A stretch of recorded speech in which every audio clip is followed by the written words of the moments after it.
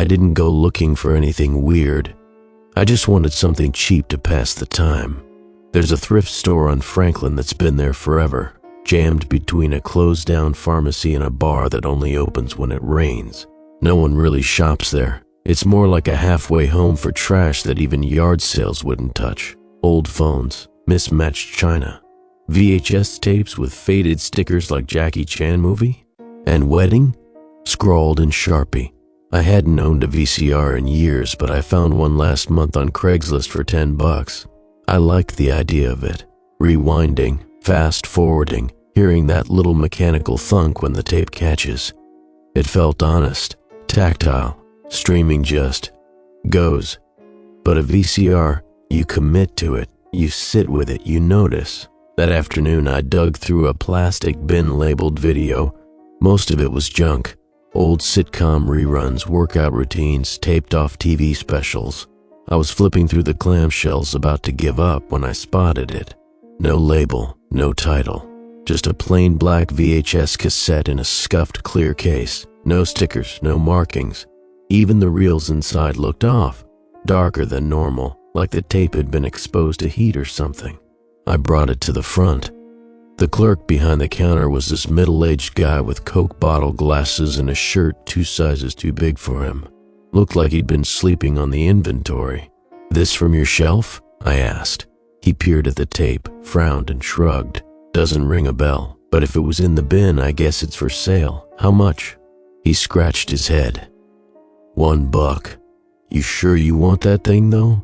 Looks like it's been through a microwave." I tossed $1 on the counter and walked out. Back home, I slid the tape into the VCR and let it whir to life. It took a few seconds to catch, then the screen flickered with static and bars. That old blue screen. I hadn't seen it in years. Then it started. Black and white footage, grainy, probably from an old handheld camcorder. The angle was fixed, stationary, maybe set up on a tripod or propped against a window. It was nighttime, a street, my street. I leaned forward. It was definitely my block.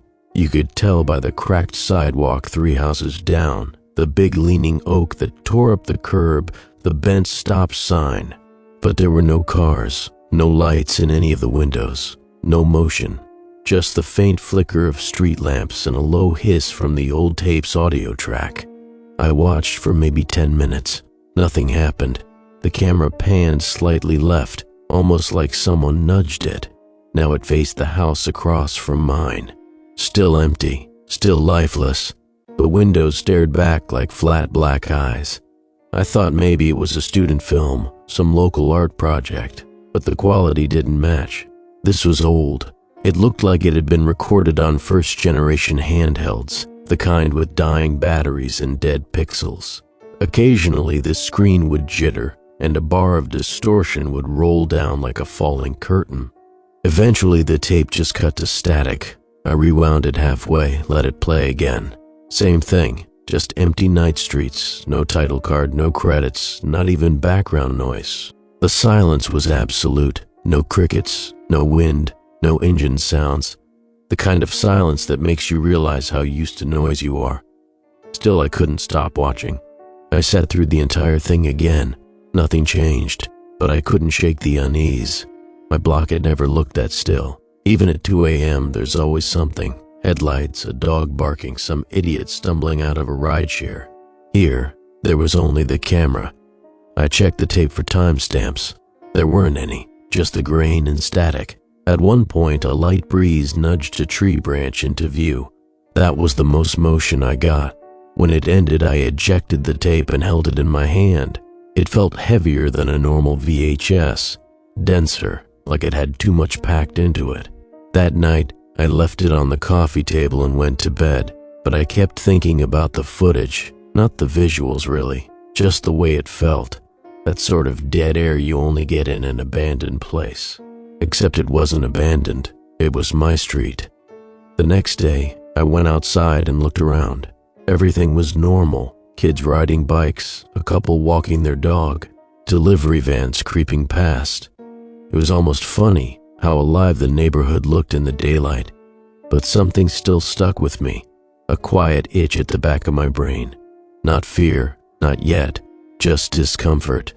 That evening, just after dusk, I put the tape back in. This time, I watched more carefully. It started the same way. The camera faced down the street, unmoving, unfocused. But something felt off. I couldn't put my finger on it at first. The street looked slightly different, like the light wasn't quite right. I chalked it up to imagination. Then I noticed it. One of the street lamps was out, the third one down. It had been working last time. I remembered because it was the brightest on the block, and the halo it threw off lit the cracked sidewalk clearly. Now it was dark. The sidewalk was in shadow. I let the tape play longer. A garbage can on the corner had tipped over. I hadn't seen that before either. The camera slowly drifted again. Not like a person moving it, more like gravity nudging it. This time it stopped on the front yard of a house I knew well, Mrs. Darnell's place. She'd lived there 40 years. Her curtains were open, just barely. I couldn't see inside, but the way they swayed made me lean in. Still no people, no cars, no sound. Just that low magnetic hiss from the tape's worn audio track. It ended again in static. This time I rewound it all the way and played it again from the start. When the image appeared, my heart actually skipped. Now the camera was facing a different house, one I hadn't seen on the previous viewings. It was the Petrovs' place.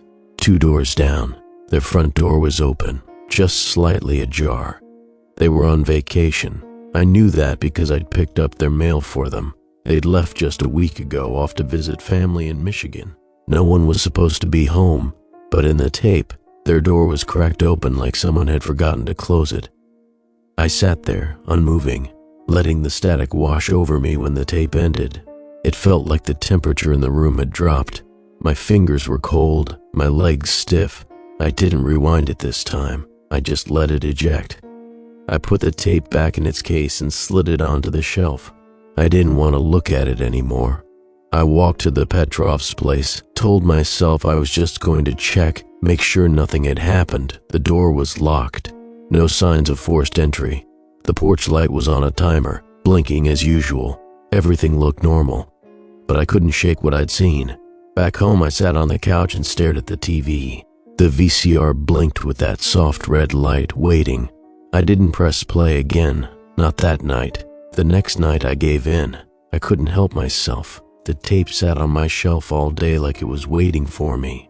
I'd find my eyes drifting toward it while I made coffee, while I answered emails, even while brushing my teeth. I told myself I just wanted to confirm what I saw, make sure I hadn't misremembered, that the Petrovs' door hadn't really been open. I put the tape in and pressed rewind. The VCR clicked softly, the whine of spooling tape rising and falling like breath. I let it rewind all the way this time. I needed to see how it started. The image rolled in, same grainy monochrome footage, same low hiss of blank audio. The same camera angle at first, facing down my street, angled slightly toward the leaning oak. But the streetlight at the end of the block, the third one down, it was off. I sat up straighter. It had been on last time. I remembered it clearly. Its light had glared right into the lens, throwing harsh shadows on the curb and sidewalk. Now that part of the street was swallowed in darkness. I watched the rest of the footage, not blinking. A trash can, one of those tall green city-issued ones, was tipped onto its side on the corner. Lid open, garbage spilling onto the street.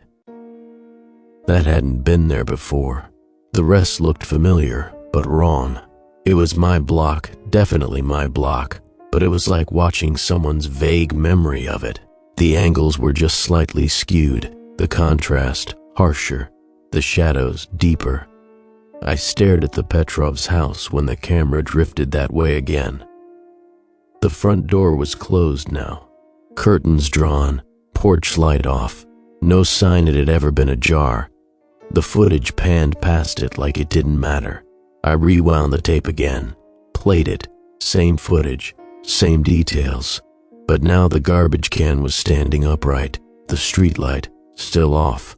I paused the image, walked out onto my own front porch and looked down the street. The real streetlight was on, and there was no garbage can on the corner. It didn't make sense. I wasn't watching old footage anymore. I wasn't even watching my street exactly. I was watching something like it. Something close enough to be familiar, but off just enough to feel like it was already wrong before anything even happened. The tape ended again in static. I waited, let it play out fully, then rewound it one last time. This time the picture was darker. Not the tape's fault, more like the camera had been set lower, further back from the street. It was peeking through something. Branches, maybe. Leaves blurred the corners of the screen, half shadowing the image. It faced the same direction, but the framing was different now. The camera was no longer centered on the road. It was pushed back, more hidden, watching. I leaned closer to the screen. Near the middle of the frame, the Petrovs' house again. Their porch light flickered, faint, dying, and then the front door slowly creaked open, just a few inches. The tape had sound now, faint but there, a low, hollow creak, like a hinge rusted half shut. Then, silence again. I watched that cracked door for nearly a full minute, heart hammering. Nothing came out, no movement, no shapes, just that narrow slice of blackness yawning from inside their house. When the footage finally shifted, swept left across the street, I let out a breath I didn't realize I'd been holding. The angle steadied again, facing my own house now, but it didn't linger. The tape jumped, a sharp white line sliced across the screen, and then it was static again. I didn't touch the VCR. I just sat there listening to the hiss. Then, without thinking, I grabbed my phone and scrolled to the Petrovs' number. I didn't plan to call them. I just wanted to see their contact, remind myself they were still out of town. Michigan. They'd sent photos, lakes, snow, their grandkids just a few days ago. No way anyone was in that house, still. I threw on a jacket and walked down the street. Their porch light was on, steady. Their door was locked, no sign of a break-in. I stepped onto the porch and knocked once, then again, nothing. I bent and peered through the narrow glass slit beside the door. Dark inside, furniture covered with sheets, just like they'd left it. Back home, I stood in the entryway and stared at the VCR like it was something alive. I don't know why I played the tape again. It was the third time that night. By then, I already knew it wouldn't show the same thing twice, and I was right.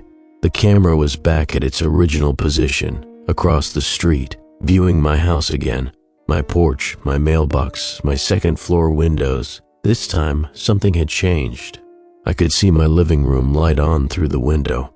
The curtains had been open a few inches. I usually kept them shut at night, but there they were, drawn back just slightly. The tape zoomed in, jerky and imprecise, like it wasn't a motorized zoom, just someone walking the camera closer, step by awkward step. I stared at the screen, dread pooling in my gut. Inside the frame, barely visible, a shadow moved past the window, fast, a sliver of black shape. Gone before I could place it, my mouth went dry. I paused the tape. Then I turned and looked at my own window, curtains closed. I walked over, heart thudding, and peeked through the gap. The porch across the street was empty. The road was still, everything normal. When I turned back to the TV, the tape had resumed. I hadn't pressed play. Now the camera was facing downward, toward my front steps. Then the screen went to static. I ejected the tape and sat back, breathing hard. Something was wrong with this tape. It wasn't just showing me the past. It wasn't just recording the present.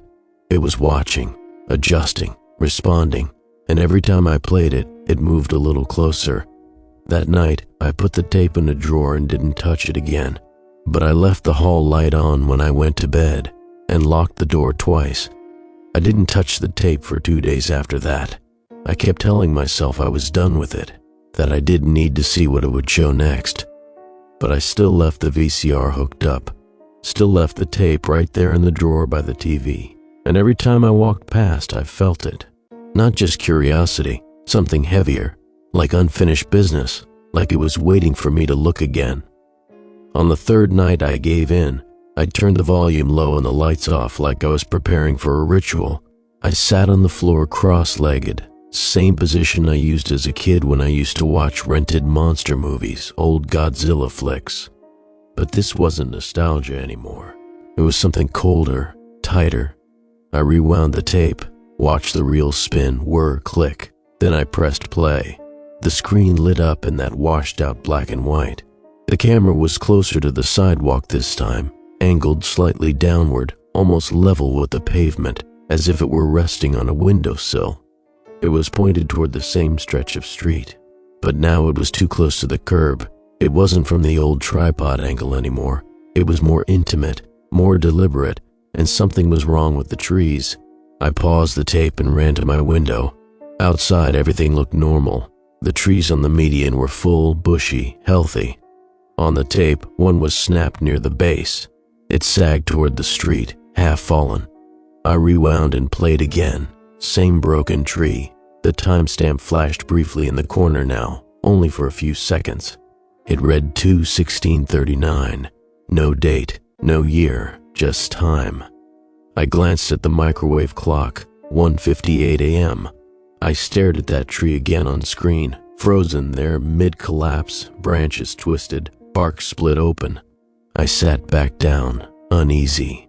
Half an hour later I went outside again, and I stopped dead at the curb. That same tree, the one that was perfectly fine when I'd checked earlier, was now splintered down the middle.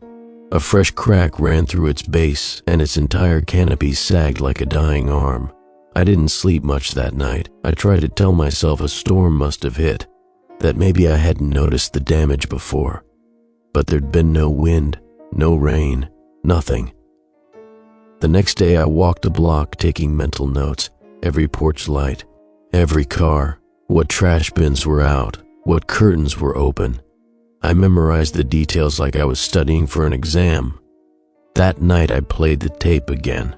This time, the camera was across the street from my house. The angle was low, almost waist height, and it faced directly toward my front door. Nothing moved. The porch light glowed faintly. The mail slot hung crooked, like always. But something about it was wrong. Not immediately, not clearly.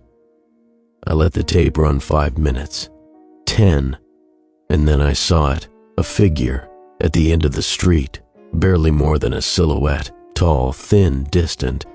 I leaned forward, squinting. It wasn't walking. It just appeared, like it had always been there. A still dark shape standing under the dead streetlight, halfway obscured by shadow. I hit pause. It was hard to tell if it was facing the camera or away from it. There were no facial features visible, no movement, just the vague outline of shoulders, arms, legs, human-shaped but too smooth. The kind of silhouette you'd draw if you only knew people from memory. I rewound the tape. It stopped halfway through and clicked. That was new. I hit rewind again. The VCR whirred, but only briefly. It choked. Then the screen flashed blue. The tape wouldn't go back further. I tried pressing stop, then rewind again. Same result. It would only let me start from that same point, from the moment the figure appeared. I pressed play again. Now the figure had taken a step forward, just one, but enough to notice. Its legs were slightly apart now. Its arms hung lower. Its torso leaned almost imperceptibly closer to the camera. Still no detail on the face, just that blurry dark oval where a head should be. I ejected the tape, my hand shaking slightly. Then I walked down the block. I told myself I was going to prove it wasn't real, that the figure wouldn't be there, that it was some old footage from years ago or a trick of the camera or maybe just someone walking home.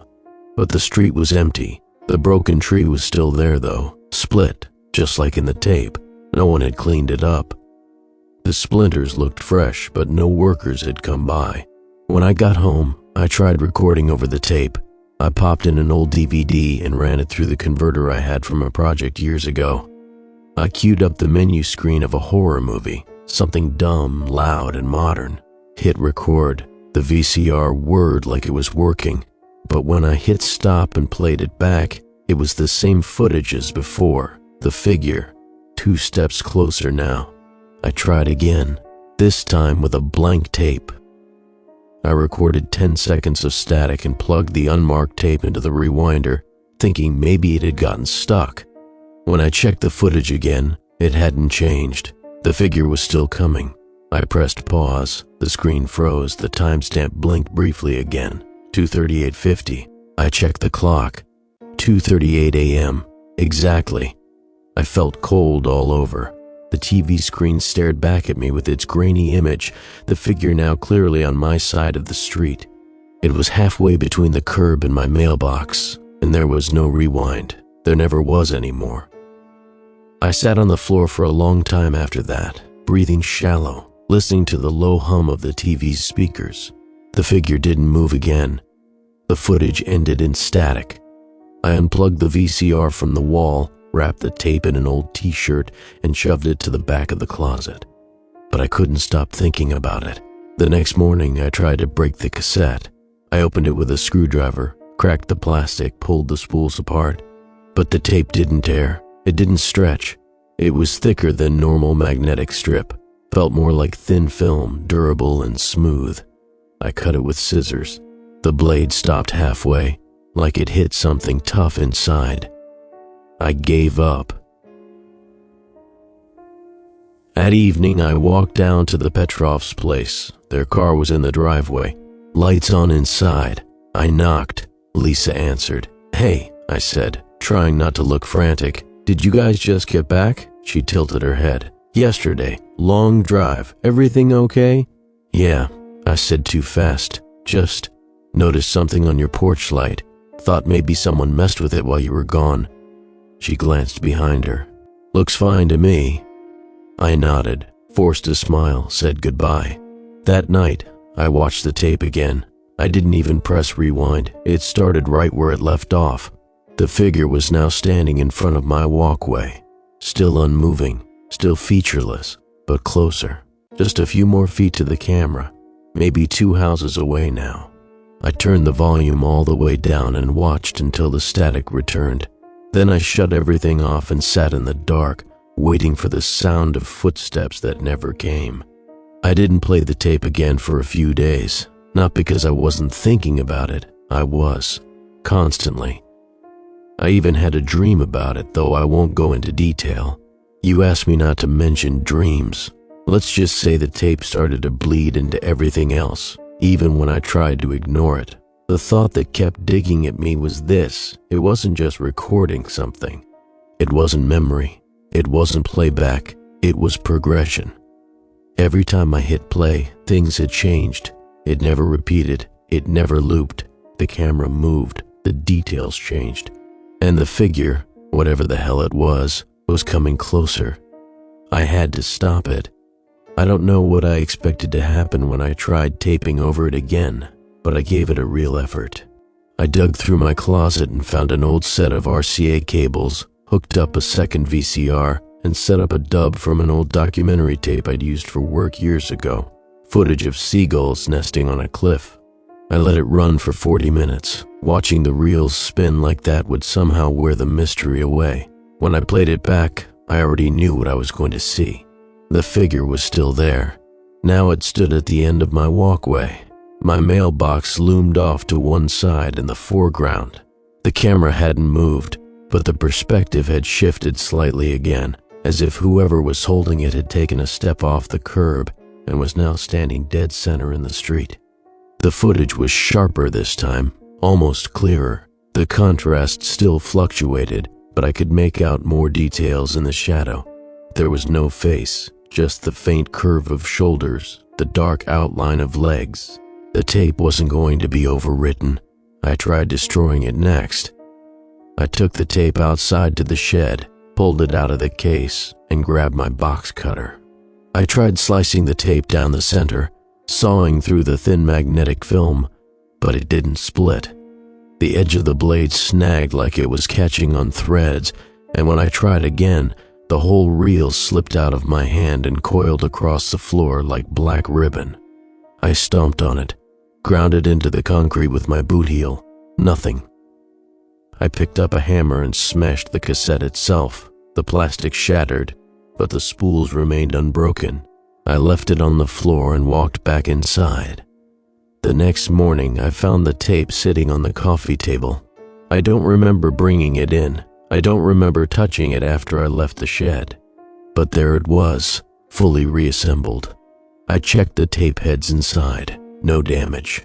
The film was still threaded perfectly through the reels. I stared at it for a long time, then finally slotted it into the VCR and pressed play. This time, the footage started at my front door, not the street, not the sidewalk, just the door. The camera was low again, angled slightly upward as if the person holding it was crouched or maybe short.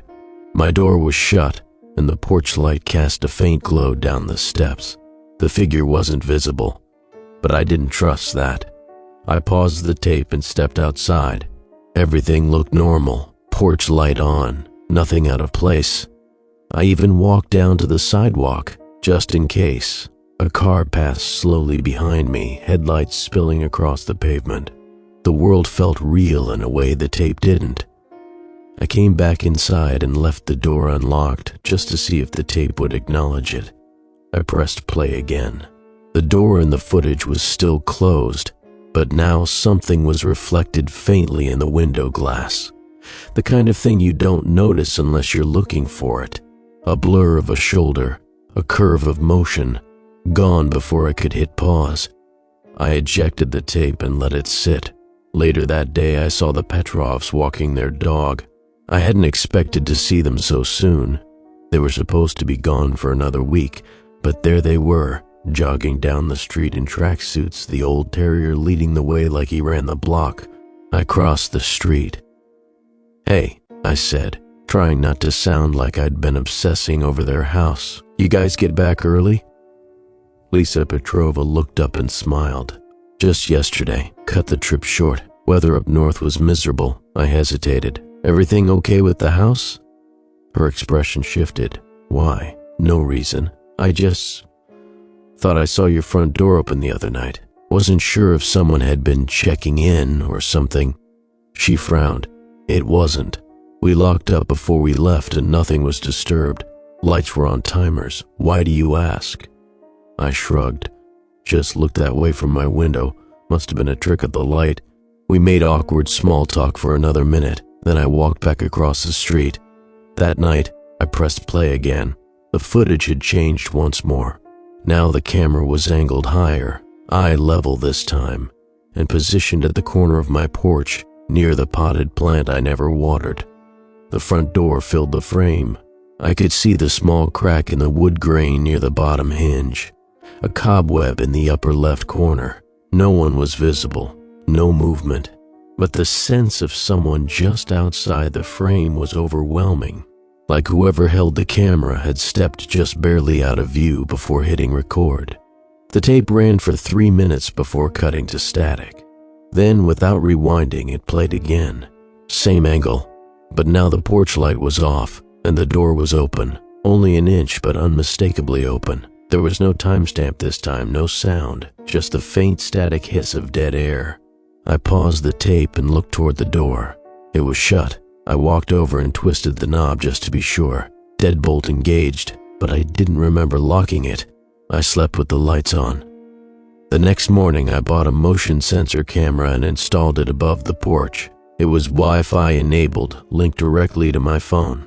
I figured if something or someone was creeping up to my door, I'd catch it on real-time video. That night, I watched the camera feed from my phone. Nothing. Then I played the tape again. Now the camera was inside, positioned just past the front door, angled down the hallway. The living room was visible in the background. No movement, just the soft grain of footage and the slight curvature of the lens. The layout matched my house exactly, down to the crooked picture frame on the wall and the shoe rack I never used. I paused the tape, checked the porch cam, still clear. I went to the front door and locked it again. But when I looked back at the screen, the footage was still running, now zoomed slightly, pulling slowly forward down the hallway, closer to the living room, closer to where I was sitting. I turned the TV off. I didn't sleep at all that night. Every noise felt like a footstep, every creak like breath being held. I checked the porch cam 6 times. Nothing. In the morning, the tape had ejected itself from the VCR. I didn't put it there. I didn't rewind it. But I knew when I played it again that it would have moved, that the camera would be deeper inside, that it was already past the door. I installed the camera at noon. It was the best one they had. Motion activated, night vision enabled, wide-angle lens. I mounted it high above the porch, just under the eaves, pointed directly at the front walkway and door. I paired it with my phone, ran a few tests, walked back and forth to make sure it was catching movement. Every step triggered a ping. The app worked flawlessly. That night, I opened the app and let the live feed run. No motion. Then I turned on the TV and pushed the tape into the VCR again. This time, the footage didn't start from the street or the porch. It was already inside. The front door was slightly ajar, the shot framed as though someone were standing in the threshold, camera cradled low. The foyer was visible, my coat on the rack, my shoes by the wall, a small framed photo of my sister and me that I hadn't thought about in months. The camera didn't move. It lingered, just long enough for the hairs on the back of my neck to rise. Then it shifted, just slightly, tilted upward, as if whoever held it raised it toward eye level. The view swept slowly to the right. The hallway, kitchen doorway, the corner of my couch barely visible, no sounds, just that static hiss so constant now it barely registered. I looked toward my hallway in real life. Empty. The tape continued. The timestamp flickered. 2:49:3. I checked the phone. 2:48 a.m. I let the tape run. The footage moved forward in small, deliberate steps. Not smooth like a dolly or Steadicam.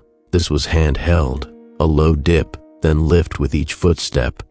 The camera turned the corner into the living room. It was dark, lit only by the glow from the TV on screen. The screen within the screen. On it I was sleeping, or someone was. I paused the tape and stared. My couch was in frame. My own shape, blanketed still, lay stretched out across the cushions. I hadn't slept in the living room for days, but I couldn't remember if I had dozed off earlier. Maybe I had. Maybe this was from last night. Still, the image unsettled me more than anything so far. There was something fragile about it, vulnerable. The way the camera lingered like it was trying to memorize the rise and fall of breath. I checked the porch cam. Nothing. No notifications. No motion detected. I rewound the VHS, hoping the footage would jump back, give me a chance to catch something different. But it clicked, same as always, and started at the same frame, front door slightly open, hallway waiting. I ejected the tape and checked the lock on the front door again. It was bolted, deadlocked, chain engaged, but I couldn't shake the feeling I was sealing something in, not out. The next morning, things were different, subtle but off. The dish towel I always draped on the oven handle was gone, not in the laundry, not in the sink, just gone. A chair from the kitchen table was pulled out slightly. I never leave them that way. The window in the upstairs hallway, always latched, was open half an inch. That one stopped me cold. I hadn't opened that window in weeks, not since the cold snap started. I stood at the base of the stairs for a long time just staring up, not moving, listening, nothing. But I felt it, that gnawing presence, the idea of space being shared. I went up and shut the window. Then I opened every closet, every cabinet. I even pulled up the attic door and climbed halfway up the ladder, shining a flashlight around. Dust, insulation, silence.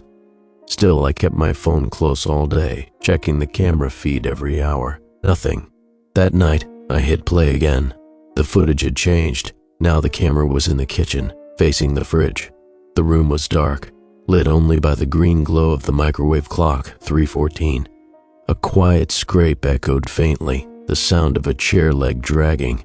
The camera didn't move, but the sound was unmistakable.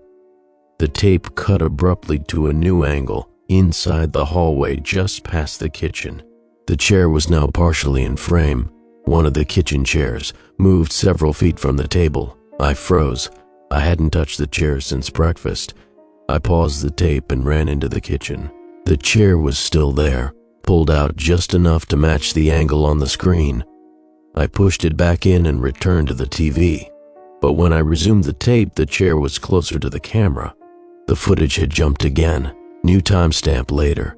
Now it sat in the middle of the hallway, perfectly framed, legs facing toward the living room. I looked toward the hallway. Empty. The next frame showed the chair empty but angled, facing the camera. That night, I locked everything again.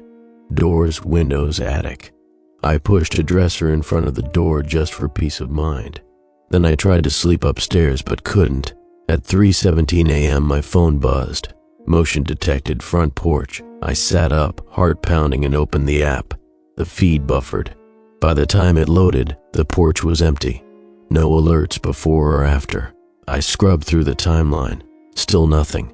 I went downstairs. The dresser was still in place. Door locked. No signs of forced entry. But on the floor just inside the door, I saw something small and dark. It was the dish towel, wadded into a tight ball, damp with something. I didn't touch it. I watched the porch footage again on loop for an hour. No figure, no motion, just the still empty walkway and the faint hum of the porch light. Then I put the tape in again. This time the footage started in the hallway, right where I'd found the towel. The camera was looking straight down at it, crumpled, motionless. Then, slowly the camera lifted, rising just enough to catch the edge of the dresser blocking the door. The footage ended there, static. I didn't eject the tape. I just turned the TV off and sat in the dark for a long time. I started keeping a log after that. Every object that moved, every sound I didn't make, every timestamp. Because I knew now there was a pattern. Every playback was getting closer. Every playback ignored the security cam.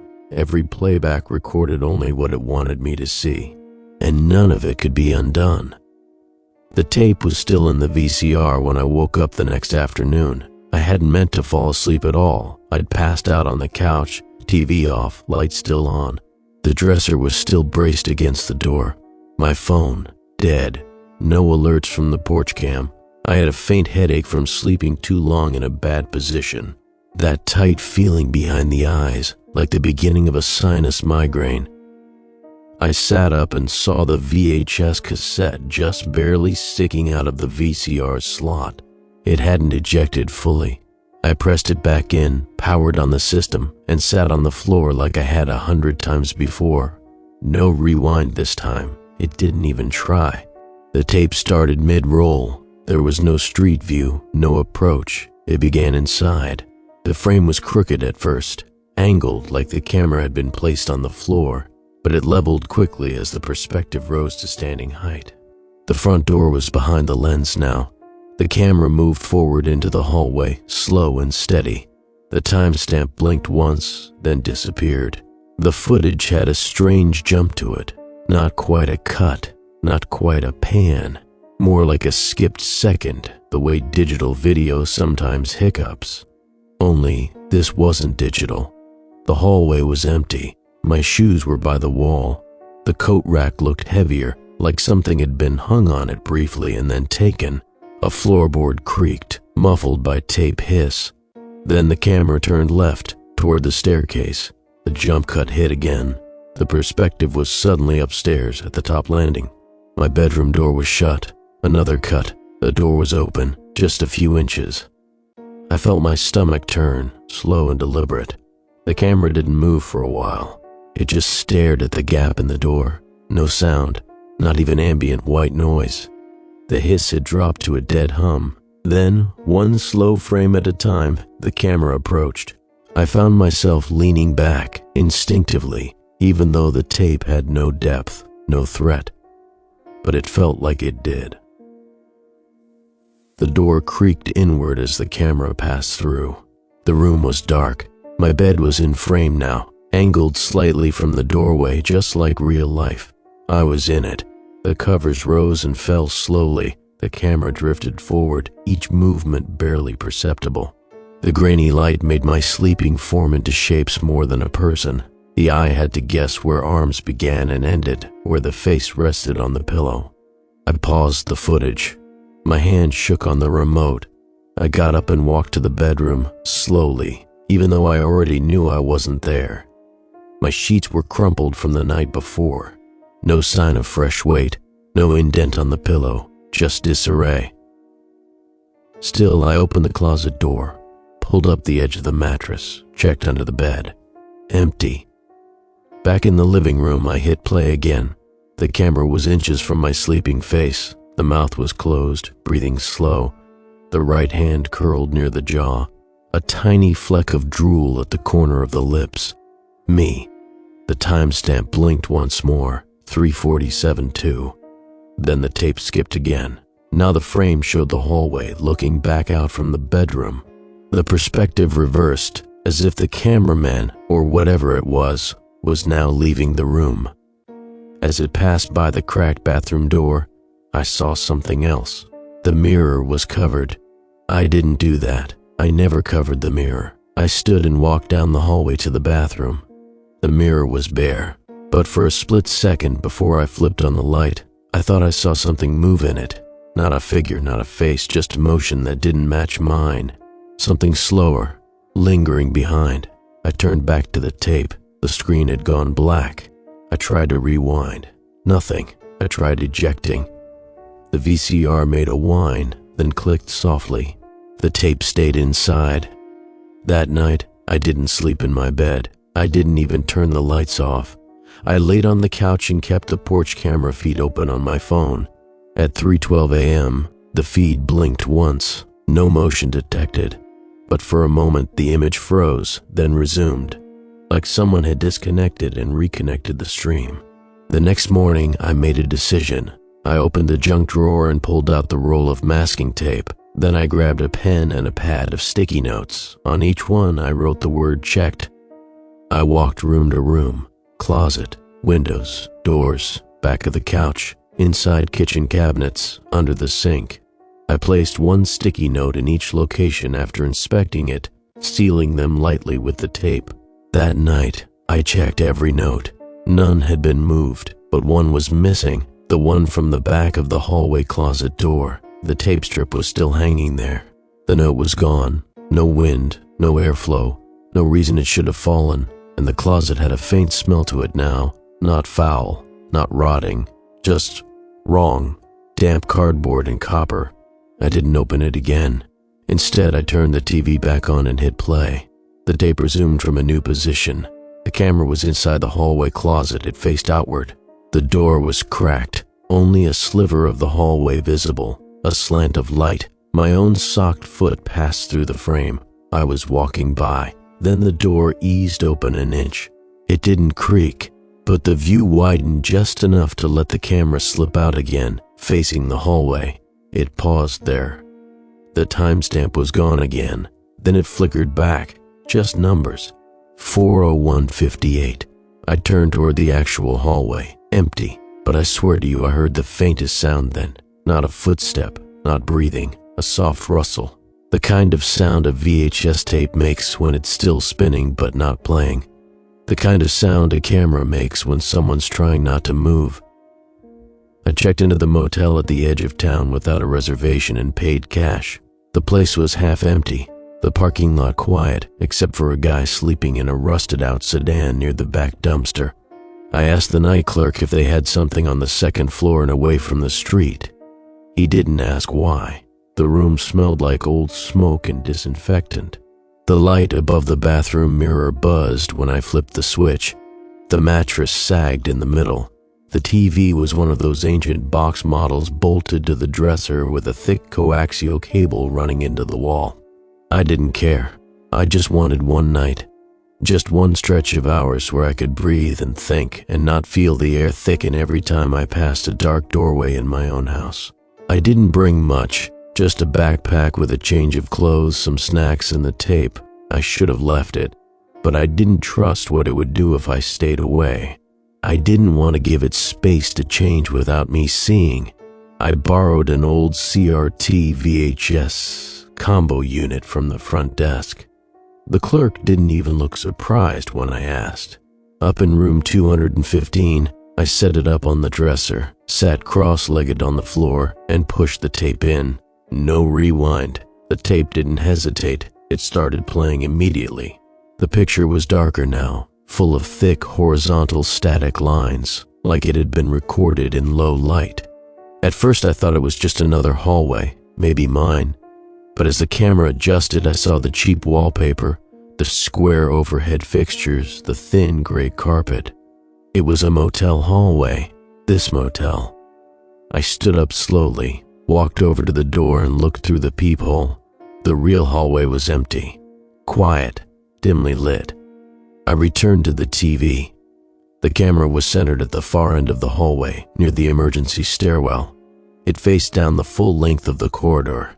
Room numbers were visible in hazy black text on dull brass plaques. I counted 4 doors on each side. My room was the 5th on the left. The camera didn't move. Not at first. The static was thick. The edges of the screen jittered slightly. There was no sound except that low magnetic hiss. The timestamp flashed briefly, 3:02:41, and vanished. Then, something changed. At the far end of the hallway, the overhead light above the stairwell flickered once. Not wildly, just a single dip, like the power had glitched. And then the figure was there. No movement, no entrance, just there. Same silhouette, same posture, same blank human-shaped presence. It stood under the light, still as glass, partially washed in the glow. Its legs were bare shapes, its upper half barely defined. The camera seemed to recognize it. Focus shifted slightly. The image warped around the shape like the tape didn't know how to record it. I hit pause and walked to the door, pressed my ear against it. Nothing, but I kept imagining the weight of that figure at the end of the hallway, not moving, not coming, just being there. Like it didn't need to advance to be inside already. I pressed play. The footage continued for another minute. The camera didn't zoom, the figure didn't move. And then, just before the cut, its head turned slightly, barely a few degrees. Just enough that if there were a face, it would now be looking directly at the camera, directly at my room. The screen cut to black, not static, just pitch black. I ejected the tape, heart hammering. The motel hallway outside was still empty when I peeked. Still lit, still safe. But it didn't feel safe. I stayed up the rest of the night with the TV off and the tape back in my bag. Around 5 a.m., I moved the desk chair in front of the door and pushed my backpack against the foot of the bed like a barricade would do any good. I never actually slept. By morning, I felt like I'd been held underwater all night. I checked out before the front desk even changed shifts. I drove halfway across town and sat in the parking lot of a coffee shop for over an hour, trying to decide what to do. I told myself I wouldn't play the tape again, that it had proven what it wanted to prove, but I didn't throw it away. I drove home that afternoon, stopping only to pick up a can of compressed air, a bottle of rubbing alcohol, and a universal cleaning cassette from an electronics store that had closing sale banners draped across every window. Back at the house, everything looked the same, but it didn't feel the same. The door had more weight when I opened it. The hallway seemed longer. I pulled out the VCR, popped open the case and gave it a full cleaning. Heads, capstan, pinch roller, fresh cotton swabs. I knew it wouldn't matter, but I needed the ritual. Something mechanical, something with rules. When I put the tape in again, I held the remote like it might shock me. It played from black. Then, grain by grain, the image resolved. It wasn't my house. It wasn't the motel. It was the inside of a car. Passenger seat. Dashboard lights faintly glowing. The needle on the fuel gauge hovered just above empty. The gear shift was in park. I leaned forward. The angle was low again, tilted slightly. The camera was resting on the center console, pointed at the windshield. Beyond the glass, in the reflection of streetlights, I could barely make out a strip mall. A man slept in the front seat of a rusted sedan, the same man I saw outside the motel when I checked in. The timestamp blinked, 4:11:8. Then it jumped. Same car. The man was gone. The driver's side door hung open slightly. A dark shape, blurry, uncertain, occupied the passenger seat. It didn't move, just sat there, where the camera had been moments earlier. Then the screen cut to black. The tape ejected itself with a soft whir. I stared at it for a long time before I finally picked it up and slid it back into the case. That night, I slept in my car, not because I thought it would help, but because my house didn't feel like mine anymore. I didn't dream.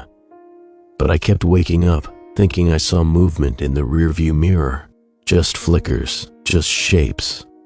I didn't go back to the motel. I couldn't sleep in the car again either. My back ached and my brain felt like it had been stewing in static. I needed to do something. Not hide, not run. I needed answers. Or at least someone to confirm that the tape was real, that I wasn't watching things unravel because I'd stared too long. There was a repair shop on the edge of downtown that specialized in retro tech, half museum, half workshop. They refurbished old CRTs, Walkmans, radios, tube amps. The owner, a guy named Felix, had been around forever. I remembered him from the flea market circuit when I was younger. Wiry, long gray hair, thick bifocals, always working on something behind the counter with a soldering iron in his mouth. I walked in around noon, carrying the tape in a padded envelope. The bell over the door jingled. Felix looked up from a half-disassembled camcorder on the workbench. "Looking for parts or resurrection?" he asked. "Neither," I said. "I want you to look at something." I handed over the envelope. He opened it, pulled out the tape, turned it in his hands. "No label?" "Nope." He sniffed, ran a finger along the reels. "It's heavy, I know." He nodded like that was confirmation, not surprise, and moved to a shelf behind the counter. He slid the tape into a top-loading player wired to an old Sony Trinitron. The screen flickered, rolled, then stabilized. The image was black at first, then grainy gray resolved into a close-up of a desk, this desk, in this shop. The screen showed the tape itself resting on the wood, the counter cluttered with tools and wires. Felix stepped back slightly. "Is this a prank?" he asked, quieter now. "No, I brought it in just now. You saw me." The footage continued. The image on screen showed Felix picking up the tape, inspecting it. The angle looked like it was filmed from high up in the corner, maybe the ceiling. Then it cut. Now the tape on screen was inside a drawer. The timestamp read 14:02:19. Felix checked his watch, 14:01. He didn't say anything. He stepped behind the counter and dug through a drawer for a small black device. Looked like a signal analyzer or frequency reader. He plugged it into the player's output jack, stared at the screen as numbers began to scroll across. "Okay," he muttered. "That's not right. What? It's not a normal NTSC signal. There's a second field layered over it, like a shadow channel. But it's not static. It's modular, like the tape is holding multiple versions of the same footage at once. Is that even possible? Not on magnetic tape. No, that's optical disc stuff, layered encoding. But this is VHS, analog. Magnetic film. You get one linear track and two audio bands, max." He leaned closer, squinting at the screen. "The data's looping, self-correcting. It shouldn't be able to do that." The image on the monitor cut again. Now it showed Felix at the exact moment leaning toward the screen.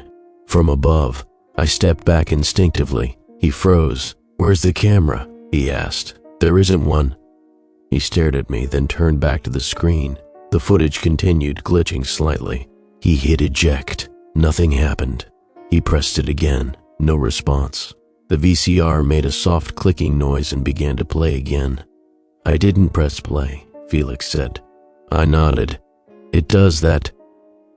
The screen now showed a distorted grayscale view of the store. Empty. Lights off. A shape moved behind the counter just at the edge of frame.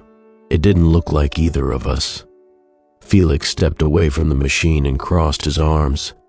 "I want that thing out of here." I reached for the tape, but it didn't eject.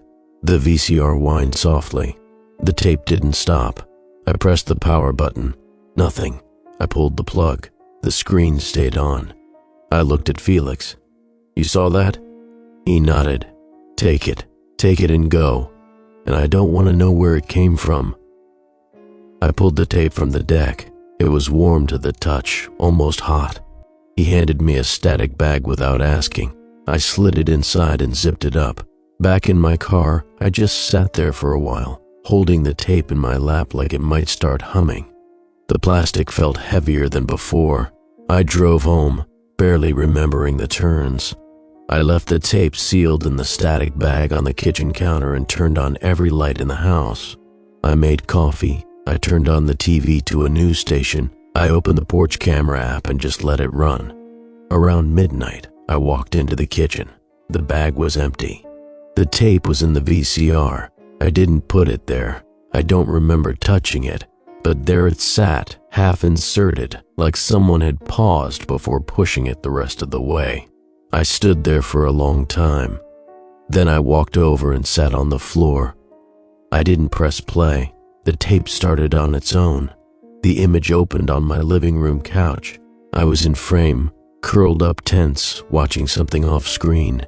The angle was from the hallway, just past the kitchen. The timestamp, 0:32:41. I turned toward the kitchen. Empty. I looked at the clock, 0:32. On screen, I reached for the remote. I paused the tape, then turned to look behind me. Nothing. I turned back and hit play. Now the camera was slowly creeping closer to me on screen, step by step. The angle shifted downward, like it was crouching. The image glitched. Then I was gone from the couch. The screen flickered to black. I pressed eject. The VCR refused. The screen lit up again, unprompted. The image now showed a black screen with a single line of gray running horizontally across the center. It twitched, spasmed, then slowly began resolving into static. Then something formed in the noise, a shape, dark and wide-shouldered, no face, no detail, just presence. I powered off the TV, but the tape kept running. I unplugged it, still running. Then the screen blinked to full black, and the room got quiet. Not silent, quiet. Like sound had been pulled outward, stretched away from the walls, like everything was listening.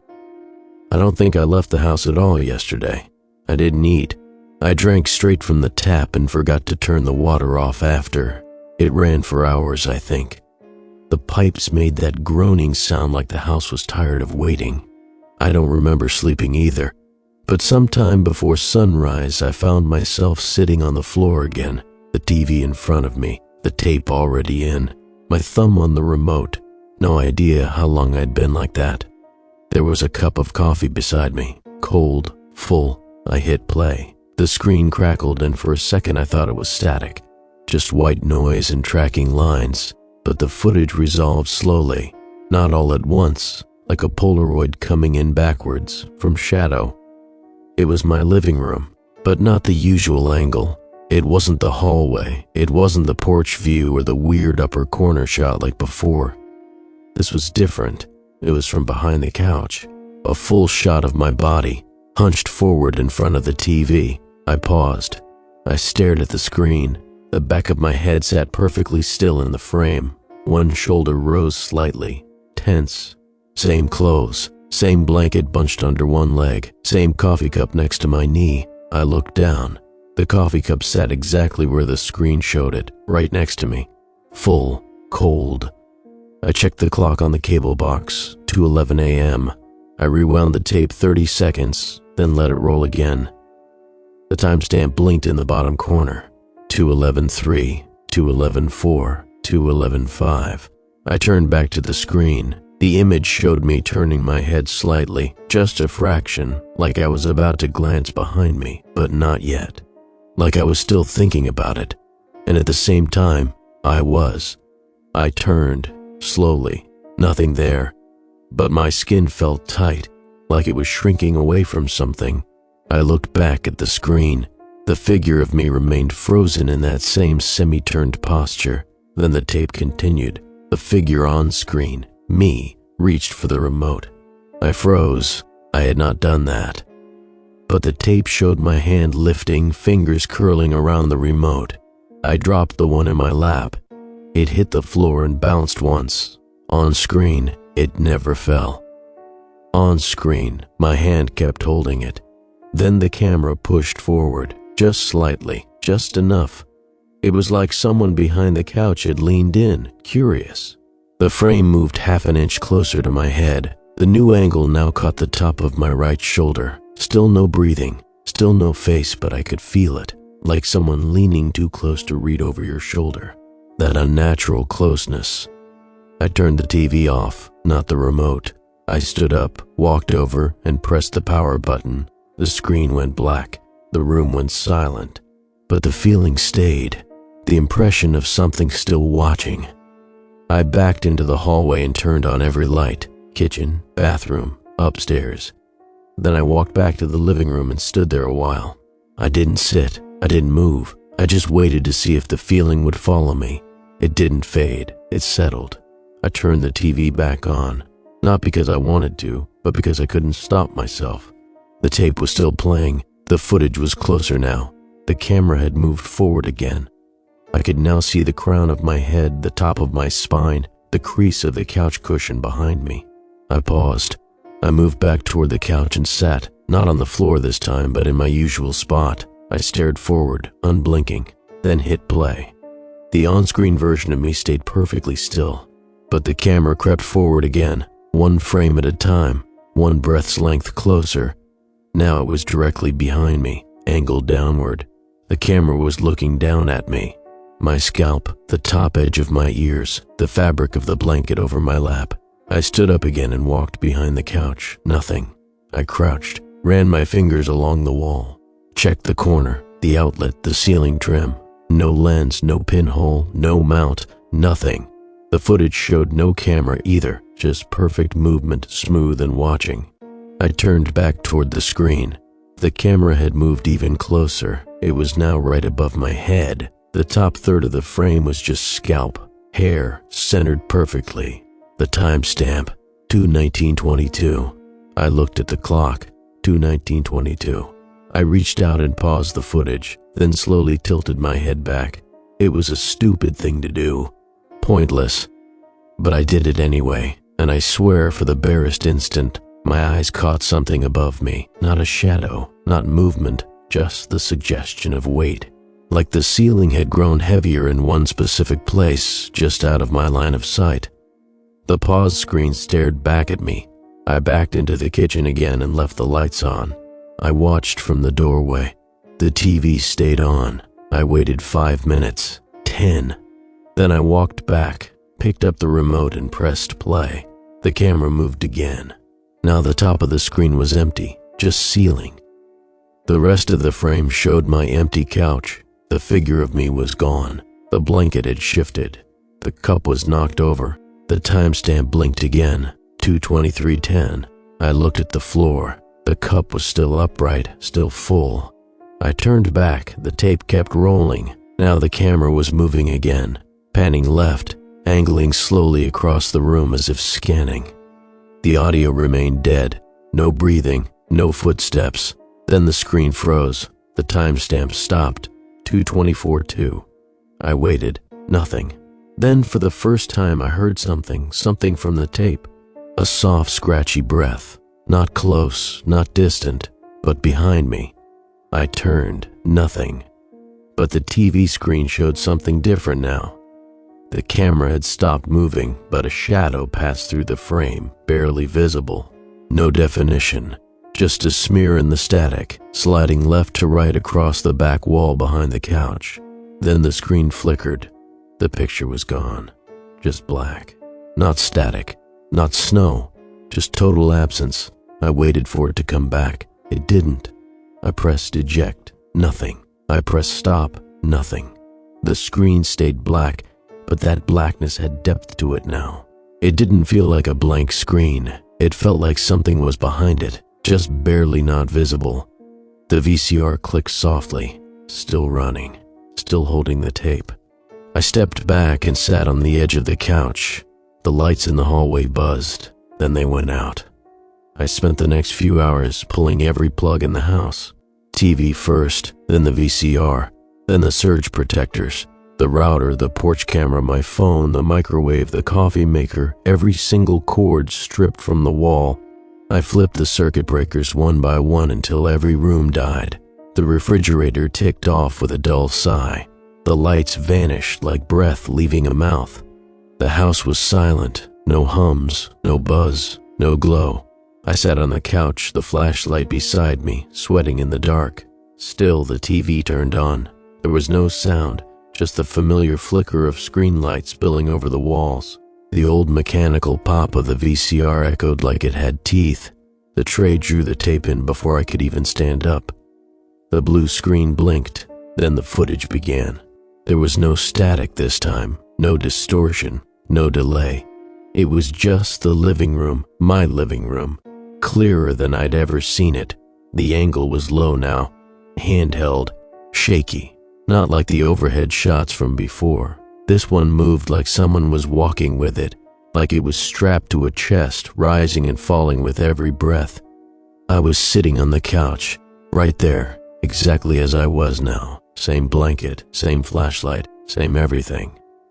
I looked down, the flashlight sat on my lap. I looked back up. On the screen, the camera stepped closer. I could feel the air behind me getting heavier. The angle shifted. It tilted slightly, as if the person holding the camera had tilted their head. The image trembled faintly with each step. The point of view was closing in, maybe 6 feet away now, maybe less. On the tape, I didn't move. I stared forward, unaware. I stood up slowly. On the tape, the figure didn't stand. It stayed seated. I stared at it. It stared at the TV. The camera continued forward. Now it was only a few feet away. The handheld view was so close it had to be just past the couch, inches away. Still, my image on the screen didn't flinch, didn't notice. Then I realized the timestamp had stopped. It read 03:42:17. I checked my watch. 3:42:17. I turned around. Nothing behind me. But something in the room shifted, like a weight being redistributed. The image on the tape flickered.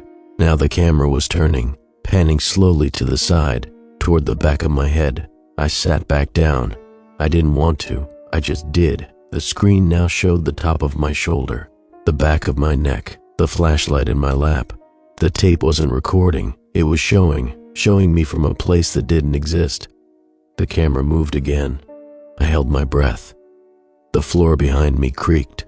Not loud, just enough. I didn't move.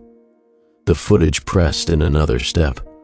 I could see the grain of the couch fabric, the seam in the cushion, the rise of my shoulders as I started to tense. The flashlight flickered, just once. Then the screen went black, but the VCR didn't stop. It kept rolling. I stood. The screen lit back up, but the room it showed now was darker, lit only by the flashlight on my lap, flickering again. But this time there was something else on screen. The upper right corner of the frame moved, subtly, a shadow passing across the far wall. The camera was no longer watching me. It was watching something watching me. I stood completely still. I didn't turn around. I didn't breathe. The TV showed the edge of the frame starting to bend slightly, like the lens was being pressed too close to something. Then I heard it. A breath. Not mine. It didn't rasp. It didn't wheeze. It was deliberate, measured. A drawn-in inhale held tight in the throat. I stepped forward. Just 1 foot. Behind me, the air split like paper. I didn't look back. I walked toward the TV, slowly. Each step felt like I was getting smaller, like the world behind me was stretching, and if I turned around it wouldn't be a room anymore. It would be open. The TV screen now showed the couch, empty. The flashlight was still there, upright on the cushion, but there was no sign of me. Then the view tilted, abrupt, clumsy. The footage became unsteady, as though the person behind the camera had started moving faster, and the screen kept getting closer, closer to the couch, closer to the TV, like it was going to show what it saw, what it wanted me to see. I reached for the power button. My finger hovered. The screen turned toward me, and then I felt it. Behind me, not sound, not touch, just proximity. like breath warming the base of my neck. The footage steadied just for a second, as if waiting for something. I couldn't stop shaking. My hand fell to my side. I turned. Everything fades to black.